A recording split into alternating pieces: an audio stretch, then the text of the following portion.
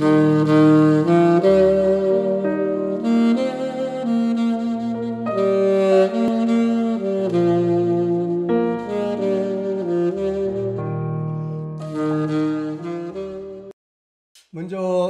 좀 잠깐 저 자료 한번 보시죠. 이 이제 마틴 루터 킹 목사님의 꿈에 대한 연설 내용을 제가 적어봤습니다.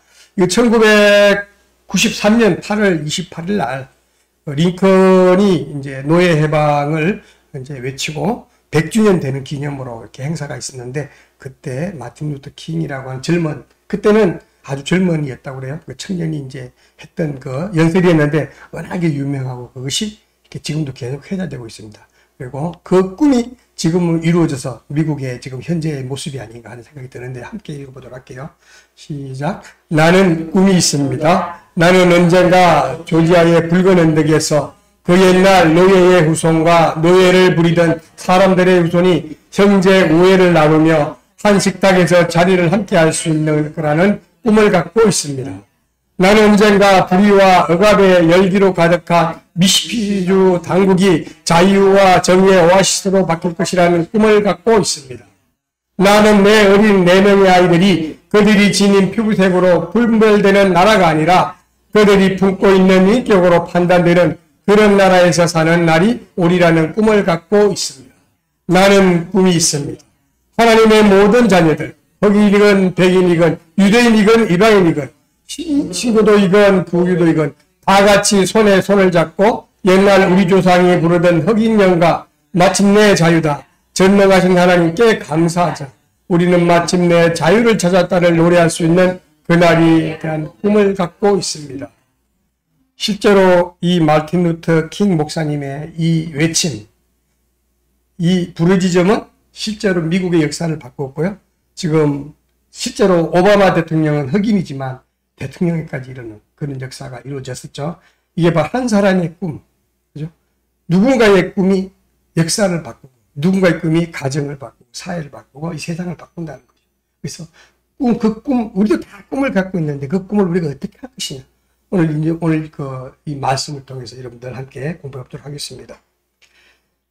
오늘 성경 본문에 보면 꿈에 사는 요셉 이야기가 나옵니다. 이 꿈의 내용은 요셉이 부모와 형제들을 다스린다고 하는 그런 꿈이었는데, 이 꿈이 얼마나 생생한 꿈이었던지 그냥 계속 머릿속에 기억이 되고 하다 보니까 어쩔 수 없이 그냥 자기도 모르게 가족에게 외쳐버렸던 거예요. 아버지, 형님들, 제가 이런 꿈을 꾸는데 정말 신기해요. 그러고 했던 얘기가 뭐였냐면 바로 네, 볕단에 형님들이 빚더니 절을 하는 거예요. 부모님의 볕단까지 같이 절을 하는 이런 얘기예요. 사실 가만히 생각해보면 되게 황당한 거죠. 막내가, 또 막내도 배다른 막내거든. 같은 엄마의 아들 같으면 조금 또 예쁘게 봤을지도 모르는데, 배다른 엄마 좀 그렇잖아요. 배다른 막내가 형님들의, 그리고 아버지의 뱃단이 내 뱃단에게 절을 한대요. 누가 들어도 이상한 거예요. 그죠? 이런 얘기를 한 거예요.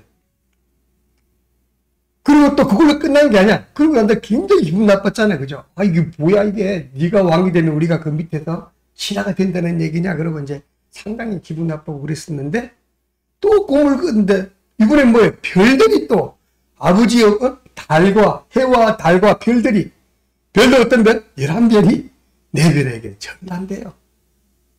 이 얘기 들어도 또 기가 막힌 얘기들. 지난번에 했던 얘기가 끝이었으면 되는데, 다시 한 거야. 반복다. 이거는 강조예요, 강조. 강조 정도가 아니라 확실한, 되게 어때요? 굉장히 강력한 메시지를 주는 힘이 있는 거예요. 이런 얘기가 지금 여기서 이제 나타나고 있는데, 이 꿈으로 인해서 요셉은 형들에게 선포했고, 아버지 어머니께 선포했고, 그로 인해서 엄청날 때요, 지탄을 받게 되고, 미움을 하게 되는데, 형들이 죽이고자 하는 그 생각이 들어가기 시작합니다. 그러나 아버지의 마음속에는 어때요? 그 말이 굉장히 소중한 미래의 꿈으로, 비전으로 갈무리 되었죠. 마찬가지로 요셉의 가슴속에서 갈무리 되기 시작한 거예요. 그때 형들이 화를 내고 했기 때문에 그 이후로 두 분 다시 요셉은 그 얘기를 하지 않았어요. 그렇죠? 두 분 다시 그 성경이 나오지 않아요. 왜냐하면 형들이 얼마나 강력하게 야단을 쳤든지, 도대체 네가 우리의 왕이 된단 말에 조금 들렸잖아. 그래서 두 분 다시 얘기하고 가슴속에 갈무리하기 시작했던 거죠. 그 후로 요셉의 삶은 참으로 많은 고난과 역경이 함께 하게 됩니다. 우리가 일반적으로 꿈을 갖게 되고 하나님의 비전을 품게 되면 그 이후에 모든 일들이 잘 돼야 되죠. 하나님이 우리의 길을 그때 인도하시기 때문에, 성령님이 내 길을 인도하시기 때문에 모든 게 잘 돼야 돼요. 사업도 잘 돼야 될 거예요. 가는 곳마다 형통해야 될 거예요. 공부도 엄청 잘해서 좋은 서울대학교 갈 거예요. 그러나 실제로 요셉의 삶을 보게 되면 비참한 삶으로 이어지는 그 모습이 오늘 말씀으로 이어지고 있습니다.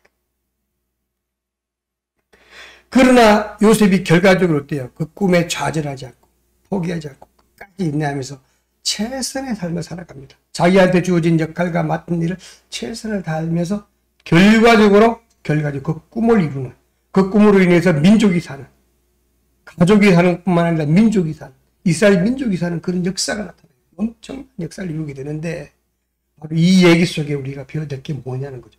요셉이 꿈을 꾸고 난 이후에, 꿈을 간직하고 난 후에 그 꿈을 어떻게 처리했는가가 굉장히 중요해요. 그것을 통해서 오늘 우리가 배우고자 하는 것은 우리가 가진 꿈, 하나님이 내게 맡겨준 그 꿈을 내가 어떻게 펼쳐나가고 어떻게 그것을 성공적인 삶으로 만들어갈 것인가 하는 그런 얘기입니다. 첫 번째, 요셉은 꿈을 꿨을 때 요셉의 반응. 요셉은 하나님 주신 소중한 꿈을 부모님과 형제들에게 당당하게 선포했다. 여러분, 조금 전에 어때요? 마틴 킹 목사님의 꿈을 선포하는 모습을 봤죠? 그랬을 때 그 꿈이 어떻게 됩니까? 전 국민의 꿈이 되었잖아요. 모두의 꿈이 됐고, 공동체의 꿈이 되고, 함께 노력했고, 함께 기도해서 동력자가 함께 했고, 이를 돕는 자가 생겼고, 또 한편에 방해하는 사람이 생겼고, 그렇게 해서 결과적으로는 그 일을 이루었다는 것이죠. 마찬가지로 오늘 요셉도 마찬가지예요. 요셉도 혼자 그 꿈을 꾸고 그냥 갈무리하고 말았던 게 아니라 형제에게, 아버지에게, 어머니에게 그것도 강하게 공포한 거예요. 그로 인해서 엄청난 지탄과 욕을 받았지만 어때요? 선포한 거예요. 선포. 여러분들, 우리가 내가 가진 꿈, 하나님이 내게 심어준 꿈 혼자 고민하고 혼자 그것 위해서 애쓰지 말고 함께 그걸 선포하고 함께 기도하며 함께 중보하며 함께 해결해야 한다는 것이죠. 창세기 31장 6절을 보면 요셉이 그들에게 이르되 청컨대 내가 꾼 꿈을 들으시오라고 말하면서 선포하고 있습니다.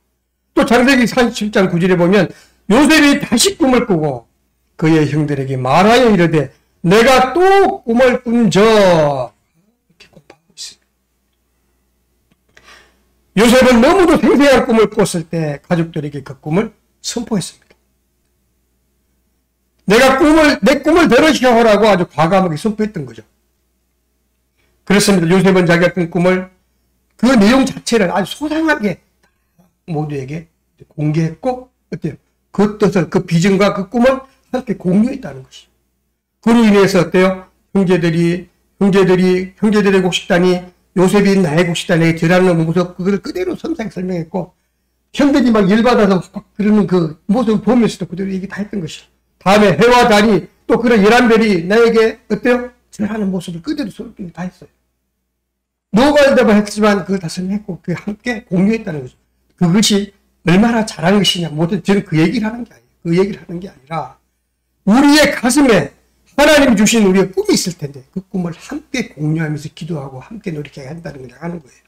그 꿈이 이루어지기를 간절히 소망하면서 그것을 어때요? 공개적으로 공표해서 그것을 어때요? 공개적인 나의 꿈으로, 나의 비전으로 만들 때 내가 거기에 올인할 수 있다는 거예요. 내가 꾼 꿈, 내가 가진 그 비전, 그것을 혼자만 생각하는 게 아니라 가족과 공유하고 친척과 공유하고 내 주변 사람과 공유하고 목사님과 공유하고 선생님과 공유하고 그렇게 함으로 해서 함께 그것을 노력하고 함께 계획을 짜고 함께 그것을 어때요? 하나씩 이루어가는 게 중요하다는 것이죠. 바로 그런 측면에서 이 요셉은 어때요? 가족에게 자기의 꿈을 공개하고 선포했다는 것이죠. 그로 인해서 한편에 노발대발하고 야단을 치고 흥분을 하는 형들도 있었지만 한편에는 그 형들과 다르게 어때요? 요셉을 도와주고 요셉을 편에서 살려주기 위해서 애를 쓰는 그런 형제도 있다는 것이죠. 이처럼 우리 가슴에도 하나님 주신 꿈이 있습니다. 여러분도 그 꿈을 선포하며 살아가야 됩니다. 형들의 반응이 어땠는지 굉장히 궁금한데 한번 구체적으로 한번 알아보도록 할게요. 창세기 37장 20절의 말씀을 보도록 하겠습니다. 그를 죽여 한 구덩이에 던지고 우리가 말하기를 악한 짐승이 그를 잡아먹었다고 말하자. 그의 꿈이 어떻게 되는지 우리가 볼 것이니라고 말하고 있습니다. 어우, 씀칫하죠, 정말. 형들이 그를 그 구덩이에 물이 넣지 않지, 그거 다 도저히 확인하는 상태에 구덩이 던진다는 얘기는 죽여버리겠다는 거예요. 그죠? 구덩이에 던져서 그 이후의 말을 보면 죽여버리겠다고 하는 의도가 그대로 나오죠. 우리가 말하기를 악한 짐승이 그를 잡아먹었다고 말하죠. 저 구덩이 던지면 반드시 죽는다는 게 있는 얘기예요. 그렇죠? 죽여버리겠다는 거예요. 그의 꿈이 어떻게 되는지 보자. 네가 죽어버렸는데도 그 꿈이 일어날까? 네가 우리의 왕이 될 수 있을까? 아니라는 거죠. 방해꾼이 될 거죠.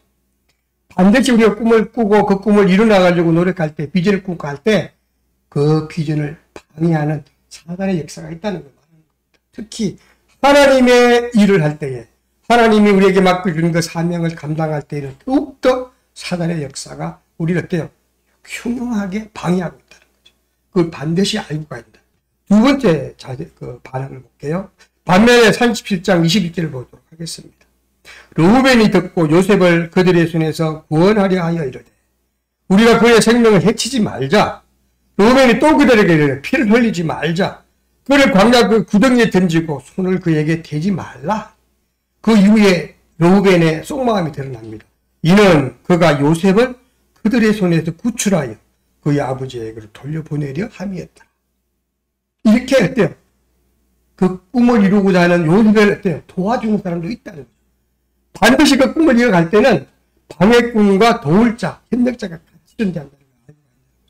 우리가 주의 일을 할 때에, 우리가 세상에서 살아가면서 복음을 증거하려 할 때에, 교회에서 우리가 어때요? 예배를 드릴 때에, 찬양을 할 때, 주님을 우리가 찬양할 때에, 어떤 상황이 갔더라도 어때요?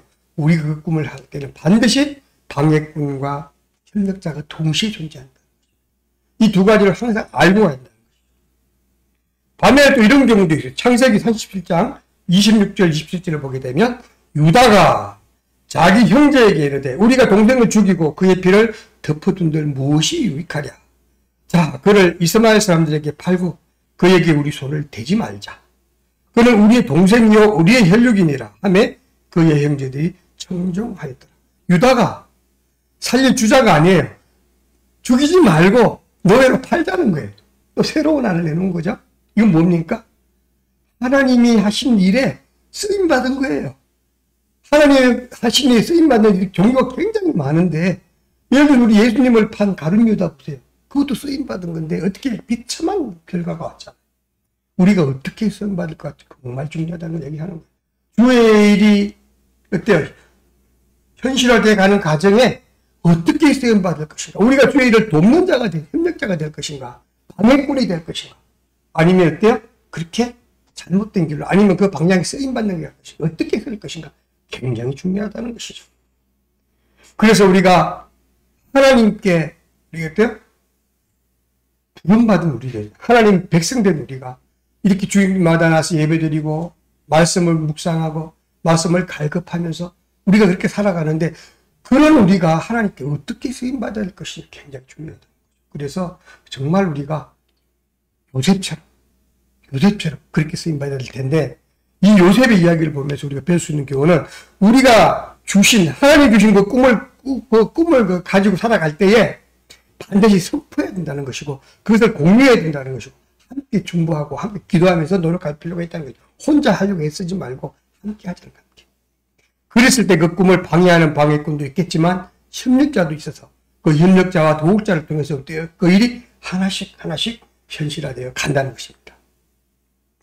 꿈을 꾸고 당당히 나아가는 삶에는 반드시 방해꾼과 협력자가 동시에 존재하기 때문에 우리가 사사건건 우리의 일을 무릅뜯는 방해꾼들이 혹시나 있다 할지라면 그것이 바로 그 인간들이구나. 그 악의 역사들이구나라고 생각하시고 우리가 어때요? 견뎌낼 수 있다는 거죠. 그 사람들과 묻기 싸울 것이 아니라 내가 어때요? 그걸 미리 알면 저것은 나 일을 방해하는 사람들이다. 저 사람이 개인적인 잘못이 아니라 저게 어때요? 사단의 무리로서 그들에게 어때요? 쓰임을 받고 있구나. 주님께 쓰임을 받지 못하고 사단에게 쓰임을 받고 이렇게 생각할 수 있다. 그래서 우리가 어때요? 그 자를 위해 기도해 줄 수 있고 거기에 우리가 넘어지지 않을 수 있고 그 어떠한 상황까지 우리가 담대히 이겨낼 수 있는 힘이 된다는 것이죠.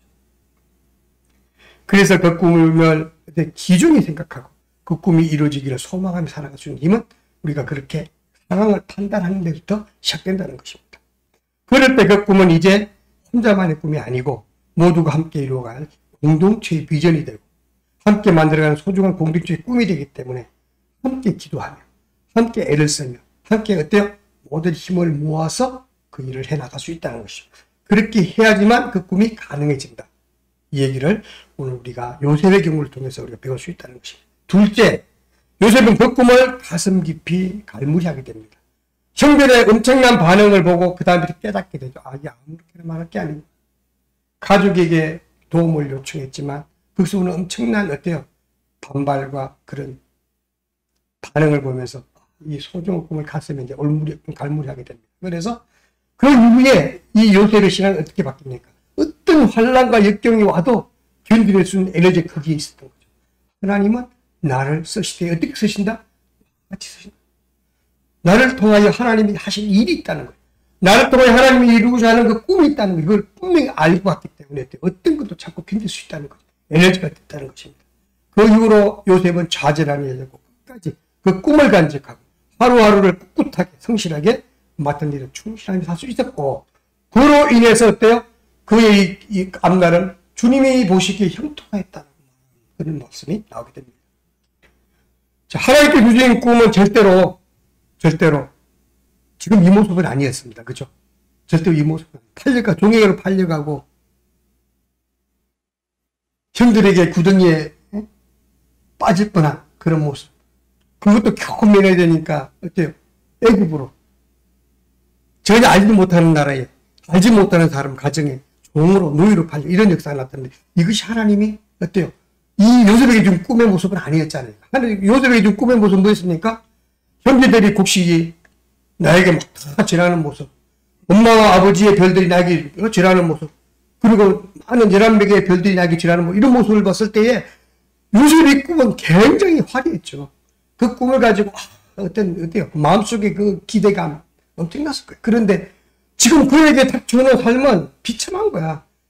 가장 바닥에 깔리는 노예의 삶까지였다. 그런데 요셉은 어때요? 이런 상황 가운데 있으면서도 절대 포기하지 않았다. 오직 그때요. 요셉은 현실이 너무 힘이 들고 고달프고 막막해서 어쩌면 하나님이 안 계신 것 같고 하나님이 나를 외면하는 것 같고 하나님께 나와는 아무런 상관이 없는 것 같고 그런 상황이 있었지만 그런데도 불구하고 그 꿈 하나를 집게 없다. 알만하고 있었기 때문에 그를 인내할 수 있었고 참을 수 있다는 거죠. 그런데 그런 황당한 사실은 뭔지 아십니까? 우리의 생각은 우리가 봤을 때만 우리가 봐도 요셉은 실패했어요. 실패했잖아요. 노예를 빨렸어요.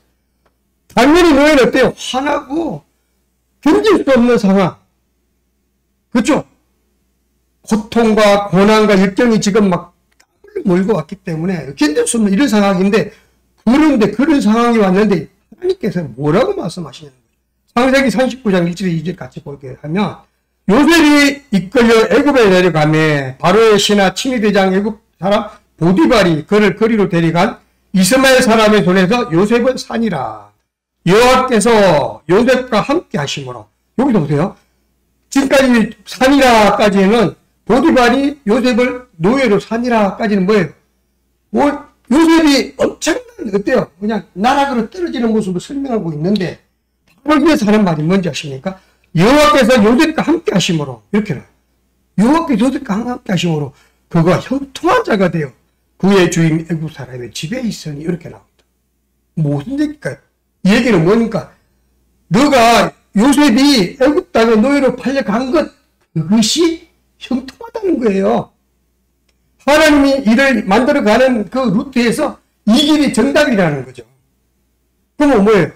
우리가 삶을 살아가면서 내가 겪는 일들 내가 정말 성실하게 주의를 최선을 다하여 살아가고 주의를 위해서 우리가 몸둘 바 모르고 가는데 내가 자꾸 실패하고 좋지 못한 일들 생기고 모든 것들이 어때요? 막 꼬이고 이런 꼬이고 세상의 모든 것들 막 암울한 이런 상황이 벌어질 때 하나님이 보시기에 형통했다 라고 이렇게 말했다면 여러분 기분이 어때요? 생각해보세요. 지금 요셉이 그 상황이에요. 요셉이 지금 어때요? 형들에게 팔려가서 그 자체만 해도 정말 억울하죠. 형들이 나를 팔았어? 남도 아니야. 형들이 나를 팔았는데. 그래서 노예로 그것도 알지 못하는 애굽의 한 나라의 어느 장군 집에 종으로 그게 팔렸는데 바로 이어서 하는 말씀이 여호와께서 요셉과 함께 하심으로 그가 형통한 자가 되었다. 그 자체가 어때요? 여호와의 길은 그것이 정답의 길이라는 거예요. 거기가 우리의 생각과 하나님의 생각의 차이, 다르다는 것이죠. 내가 생각하는 성공의 개념, 내가 생각하는 하나님의 일에 대한 개념, 내가 생각하는 어때요? 주의 일에 대한 개념과 하나님이 생각하는 주의 일이 다르다는 거죠. 그러면 어떻게 해야 됩니까? 우리는 주의 길, 하나님이 생각하는 그 길을 우리가 알고 구별하고 따라가야 된다. 바로 요셉이처럼. 요셉은 그걸 인정했다는 것이죠. 왜? 그 꿈을 통해서 그걸 알았다는 것이죠. 하나님께서 갈무를 주신 그 꿈을 생각하면서 내가 지금 어떤 길을 간다 할지라도 하나님이 나를 통하여 이루고자 하는 그 길은 결국에는 어때요? 현실이 될 수밖에 없다. 하나님은 나를 통하여 하나님이 하시고자 하는 그 일을 반드시 이룰 것이다. 이 꿈을 가지고 있었기 때문에 그걸 견뎌낼 수 있었고 그것을 어때요? 이겨낼 수 있었다는 것이죠. 그렇습니다. 우리가 보기에는 분명한 실패이고 좌절이고 패배이지만 가장 불행한 그런 상황에 빠진 그런 모습이었지만 하나님께서 함께 하기 때문에 그 길은 형통한 길이었고 너무도 당연한 길이었고 그 길을 가야만 이 하나님의 일이 이루어질 수 있는 현실화될 수 있는 길이라는 것이죠. 그것이 굉장히 중요하다는 것입니다. 그래서 결과는 어떻게 되었습니까? 창세기 39장 3절에서 6절의 말씀을 보게 되니까 그의 주인이 여호와께서 그와 함께 하심을 보며 또 여호와께서 그의 범사에 형통하게 하심을 보았다. 여호와께서 그의 범사에 형통하게 하심을 보았다. 요셉이 그의 주인에게 은혜를 입어 섬김에 그가 요셉을 가정 총무로 삼고 자기의 소유를 그의 손에 위탁하니 얼마나 신뢰했으면 그 집안의 모든 것을 완전히 맡기고 그때 위탁해버리고 개입을 하지 않는 그 정도까지 됐다. 그가 요셉에게 자기 집과 그의 모든 소유물을 주관하게 할 때부터 여호와께서 요셉을 위하여 그 애굽 사람의 집에 복을 내리시므로 여호와의 복이 그의 집과 밭에 있는 모든 소유에 미치지라. 이 보세요. 한 사람이 하나님께 인정받게 되니까 형통하게 되는데 어느 정도 형통하냐면 나 때문에 나와 관계된 내 주변의 모든 사람들, 나 때문에 내가 섬기는 주인의 집과 밭의 모든 들판과 짐승과 모든 땅에까지 어때요? 축복을 냈다는 거예요. 여러분 우리 한 사람 한 사람이 하나님께 인정받고 우리가 어때 형통한 삶을 살게 되면 내 주변의 모든 사람들이 나로 인하여 어때요? 축복된 삶을 살 수 있다. 행복을 누릴 수 있다. 이게 얼마나 소중한지 모릅니다. 주인이 그의 소유를 다 요셉의 손에 위탁하고 자기가 먹는 물, 음식 외에 간섭하지 않았다. 요셉은 용모가 빼어나고 아름다웠다. 아무것도 간섭하지 않을 정도로 신뢰했다는 거예요. 이렇게 우리가 어떤 상황에 닥친다 하더라도 하나님을 믿고 하나님의 꿈을 간직한 사람이라면 그 인내하면서 거기서 우리가 어때요? 승리한 삶으로 바꿀 수 있다는 것입니다. 그러나 요셉은 한 번도 형들을 원망하지 않았고 하나님을 의심하지 않았고 결코 좌절하지 않았습니다. 오히려 보디발의 집에서 충성을 다했고 그렇게 함으로 해서 인정받게 되었던 것이죠. 그러나 한국도 잠시 보디발 장군의 사모님이 문제가 또 되기 시작했어요. 이 사모님께서 야곱에게 자꾸 눈길을 주기 시작하는 거예요. 그러더니 어느 순간 어때요? 총각총각거리고 자꾸만 가까이 와서 유혹을 하기 시작한 거죠. 보디발 장군이 전쟁을 나가고 있을 때 이 사모님께서 드디어 사고를 치는 거예요. 한 번만 같이 어떻게 사귀자. 근데 어때요? 이 요셉은 정말 보디발 장군의 어때요? 그 주인이 나를 믿고 신뢰하는 그 모습을 내가 정말 사랑하고 애청했기 때문에 절대 그 믿음에 내가 어때요? 실망을 시킬 수 없다는 것이고 끝까지 어때요? 자신의 중심을 지키게 됩니다. 그리고 어때요? 결국에는 견딜 수 없는 상황에서 뛰쳐나가서 도망을 가게 됩니다. 안타깝게도 사모님이 잡은 손에 어때요? 옷이 벗겨지게 되죠. 그래서 그것이 증거가 되어서 누명을 쓰게 되고, 그래서 어디로 가게 됩니까? 또 감옥에 들어가게 됩니다. 나타나게 됩니다. 정말 어떻게 보면 요셉의 인생 정말 비참하죠. 정말 비참해요. 정말 하나님 주신 그 꿈을 꾸고 마음속에 큰 꿈과 비전을 싣고 용기 있게 당당하게 신나게 좀 살려고 그랬더니 형들에게 팔려서 노예가 되고 또 어때요? 또 열심히 하고 인정받고 좀 뭐가 되려고 했더니 또 사모님이 문제 일으키고 또 누명해서 니를 감옥에 가게 돼요. 엎친데 특별적이라고 하죠. 이렇게 요셉의 인생은 점점 최악의 상황으로 진행되고 있습니다. 이제 겨우 살만했는데 모든 것이 흐물어져 깨져버린 거예요. 그런데 이런 황당한 사건은 두 번 다시 어때요? 있으면 안 되겠지만 요셉은 지금 두 번째 당하고 있는 거예요. 그 당시 감옥은 어떤 상황이냐면 지금의 이런 감옥의 개념이 아니래요. 여러분들 아마 영화 스파르타쿠스 보신 적 있습니까? 거기 보면 그 감옥 모습 잘 나오는데 뭐 이런 입장을 무쇠를 이렇게 발이에 이렇게 달고 걸어가지 못하게 만들어요. 손에도 이렇게 벽에다 달고 해서 뭐 잠을 잘 수 있겠어요. 뭘 어찌들 할 수 있겠어요. 완전히 어때요? 결박당해서 그렇게 살아가는 거잖아요. 그리고 그때 감옥은 지금의 감옥처럼 복지가 되어 있는 거예요. 먹을 걸 제대로 주겠어요? 아프다 그러면 어디 뭐 치료를 해주겠어요? 아주 최악의 상황입니다. 그런 가운데서도 보게 되면 어때요? 또 자기 역할을 성실하게 착한 그 모습을 보여야 됩니다. 여러분들 요셉이 감옥 속에서까지 인정받았다는 거 이거는 엄청난 사실이에요. 사실. 이 보디발 집에서 장군 집에서 노예로서 열심히 해서 인정받은 건 또 그럴 수 있어요. 역할도 분명하니까. 감옥 속에서 무슨 역할이 있겠어요? 갇혀 있는데. 그죠? 그럼 그 사람 내가 봤을 때 그 사람의 표정과 말과 행위 이런 것들로 다른 사람들에게 신뢰를 받았을 거라. 보지 않았지만 여기 구체적으로 나오지 않았지만 그런데 신뢰를 받았어. 창세기 39장 23절 말씀 보도록 하겠습니다. 이에 요셉이 주인이 그를 잡아 옥에 가두니 그 옥은 왕의 제수를 가두는 곳이었다. 요셉이 옥에 갇혔으나 여호와께서 요셉과 함께 하시고 그에게 인자를 다하사 간수장에게 은혜를 받게 하시고 간수장이 옥중 제수를 다 요셉의 손에 맡기고 그 재반 사물을 요셉이 처리하고 간수장은 그의 손에 맡긴 것은 무엇이든지 살펴보지 아니하였더니 이 모습도 어쩌면 보디발에서 신뢰받은 것과 정말 비슷하지 않아요? 어때요? 다른 죄인들을 관리하는 역할을 맡기고 이 엄청난 거 아니에요?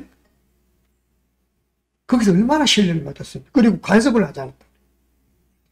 그리고 이제 말씀 보게 되면 이런 여호와께서 요셉과 함께 하십니다. 여호와께서 그를 범사에 형통하게 하였다. 참 이 형통하게 하였단 말이 많지 않은데 이상하게 쓸 말이 아니에요. 노예로 팔려가서 이 형통하게 했단 말 쓸 말이 아니잖아요. 생각해보세요. 이 용어가 여기서 나와야 될 말인가. 근데 분명하게 나와 있는 것은 하나님의 뜻이 계속적으로 이루어지고 있다는 걸 여기서 암시해주고 있는 거죠. 이 길이 하나님이 원하는 길이라는 거예요. 요셉이 원하는 길이 아니고 하나님이 원하는 길이요. 그리고 거기에 요셉이 어때요? 순종했고 선행했기 때문에 거기서 또 어때요? 인정받게 되고 신뢰받게 되고 또 거기서 감옥의 어떤 사물을 담당하는 역할까지 하게 되는 것이죠. 요셉은 보디발의 아내에게 억울한 누명을 쓰고 감옥 생활에는 고통을 겪었지만 그러나 그는 한 번도 보디발 아내를 원망하지 않았습니다. 그는 결코 좌절하지도 않았고 한 번도 꿈을 포기하지도 않았고 요셉은 감옥살이를 하면서도 하나님의 꿈을 가슴 깊이 갈무리하고 오히려 성실하게 자기 역할을 감당하면서 그렇게 하루하루 살았기 때문에 신뢰를 받을 수 있다는 것입니다. 얼마나 신뢰를 받았으면 옥중의 행정을 다 책임 정도로 그런 역할을 맡았다는 거죠. 이처럼 우리도 고난 속에서 좌절하지 않고 하나님의 뜻을 따라야 합니다. 하나님은 우리가 고난을 통과할 때 목표 지점까지 이끌어 주시는 분입니다. 어떤 사람은 고난이 오면 어때요? 마치 모든 게 끝난 것처럼 착각하고 거기에 어때요? 실망하고 좌절하고 포기하게 됩니다. 그러나 고난의 경우는 더 좋은 결과, 그 목표를 이루기 위해서 가는 통로라는 사실이에요. 통로. 하나님이 보시기에 이 길은 통로예요. 그 통로를 안 가면 불가능한 거예요. 그 통로를 지나가지 않으면, 이 터널을 지나가지 않으면 갈 수가 없다는 것이죠. 그렇기 때문에 지나갈 터널이고 통로라는 거죠. 여러분들 혹시나 살아가면서 이런 요셉이 당하는 것처럼 이런 험난한 그런 고난과 역경을 견디고 살아가는 사람이 있습니까? 이것이 하나님이 나를 통해서 이루고자 하는 꿈을 향해 가는 그 길의 통로라면, 그것이 확실한 통로라면 우리가 그것을 어떻게 내가 그 삶에 처신할 수 있어요. 그렇다면 어때요? 분명히 기도할 수 있죠.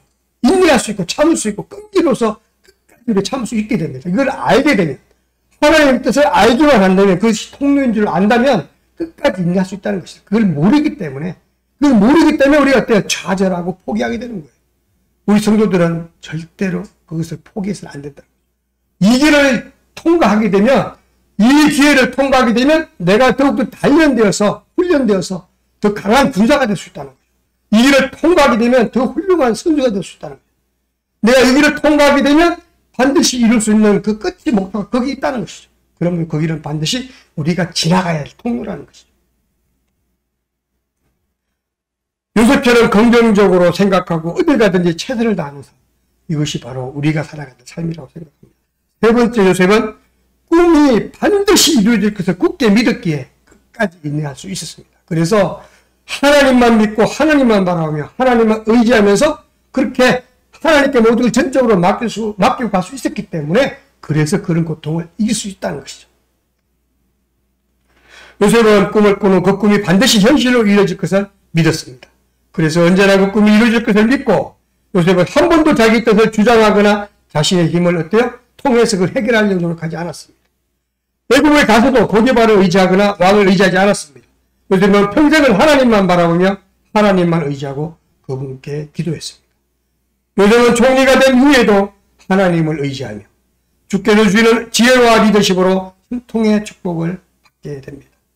꿈의 사람은 가슴에 하나님의 꿈을 품고 있었기 때문에 그의 꿈을 이루어질 때까지 인내할 수 있는 것입니다. 그리고 관용의 자세로 베풀 수 있고 요셉은 총리가 된 후에 자신을 죽이려 했던 형제들을 어때요? 그들을 만났을 때 그들에게 화를 내면서 어때요? 왼수 갚지 않았어요. 되려 뭐라고 말합니까? 45장 5절에 보니까 형제들이 나를 이곳에 팔았다고 해서 당신들 나를 이곳에 팔았다고 해서 근심하지 마소서. 한탄하지 마소서.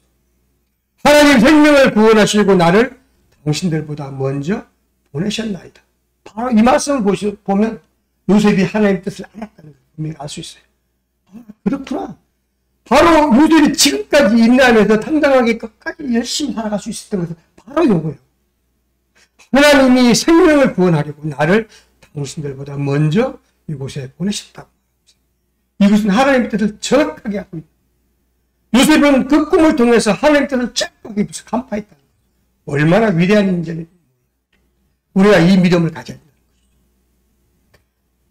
형들에게 막 당장 원수 갖고 그냥 패주고 싶고 그냥 목을 따고 그냥 이렇게 하고 싶은 심정이 있을지도 몰라요. 우리 같으면. 저 같으면. 그죠? 왜? 생각해 보세요. 형들이 나를 죽이려고 그러다가 그것도 어떻게 해서 노예로 팔아버렸는데 거기 생각해 보세요. 그거 뭐 이거는 천지 원수지. 형제가 아니라 죽일 놈이지. 그런데 그들에게 전혀 다른 모습. 나를 이곳에 팔았다고 근심하지 마세요. 한탄하지 마세요. 하나님께서 우리 가족의 생명을 구하려고 우리 민족을 구하려고 나를 이곳에 먼저 보낸 것이다라고 그렇게 말하고 있는 거예요. 그렇습니다. 꿈을 품고 사는 사람은 어떤 상황에서 이렇게 포용할 수 있고 용서할 수 있고 이해할 수 있고 온유할 수 있습니다. 어떤 상황에서 긍정적으로 생각하고 하나님의 마음을 생각하게 됩니다. 그래서 모든 것을 이해할 수 있습니다. 모든 사람과 모든 일을 다 포용할 수 있고 누구든지 이해하고 용서해주는 관용의 사람이 될 수 있습니다. 오늘 우리도 하나님의 꿈을 가진 사람들입니다. 또 하나님의 꿈을 꾸는 사람과 함께 살아갑니다. 그래서 꿈을 꾸는 사람은 어떤 상황 가운데서도 하나님의 관점에서 하나님의 생각, 그것을 항상 우리 중심에 두고 하나님 중심으로 모든 상황을 생각하게 되면 그 상황을 어떤 상황을 할 때는 이해할 수 있게 됩니다. 용서할 수 있다는 것입니다. 하나님이 나를 미워함이 아니요 하나님이 나를 회복시키고 일부러 그렇게 한 것이 아니라 그것도 나를 단련함으로 나를 성장시키고 나를 성숙시켜서 나를 일꾼 되도록 만들고자 하는 하나님의 놀라운 뜻이 들었다는 것입니다. 저와 여러분은 하나님의 힘을 주신 꿈을 지닌 사람들입니다. 그 꿈은 땅끝까지 복음을 전하는 것입니다. 우리는 이 땅에 하나님의 나라가 임하도록 복음을 전하는 일에 최선을 다하며 살아가야 됩니다. 그런 꿈을 갖고 살아가게 됩니다. 그래서 하나님은 어떤 상황 가운데서도 우리를 지키시고 돌보십니다. 왜냐하면 우리는 날마다 하나님의 꿈을 품고 살아가기 때문에 우리는 하나님 보시기에 형통한 삶을 살 수 있습니다. 그래서 우리는 첫째, 하나님이 주신 꿈을 당당히 선포하고 우리 복음의 정의로서의 삶을 살아야 한다는 거죠. 두 번째, 그 꿈을 향해 가는 광야길에 절대로 좌절하지 말고 포기하지 말고 끝까지 인내하며 가야 된다는 거죠. 세 번째, 그 꿈이 이루어질 것을 반드시 믿으면서 주님께 모든 걸 맡기고 살아가는 그런 사람이 될 수 있을 것입니다. 당연히 그런 사람, 인내하는 사람이고 예수님이 다시 올 그날까지 끝까지 승리하는 삶을 살 수 있는 사람이라고 생각합니다. 그래서 꿈을 꾸는 우리는 모든 사람을 포용하는 그런 너그러운 사람이 될 수가 있습니다. 저와 여러분은 예수님이 지신 십자가를 바라보면서 천국 백성으로 사는 꿈을 꾸고 살아갑니다. 그래서 우리는 어떤 상황에서도 인내하며 어떤 형편에서도 용서하며 살아갑니다.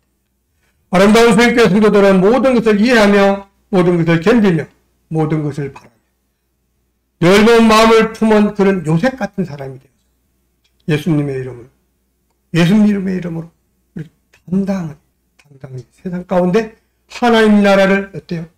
선포하는 그런 하나님의 종이 예수님의 제자가 되어야 될 것 같습니다. 기도하겠습니다.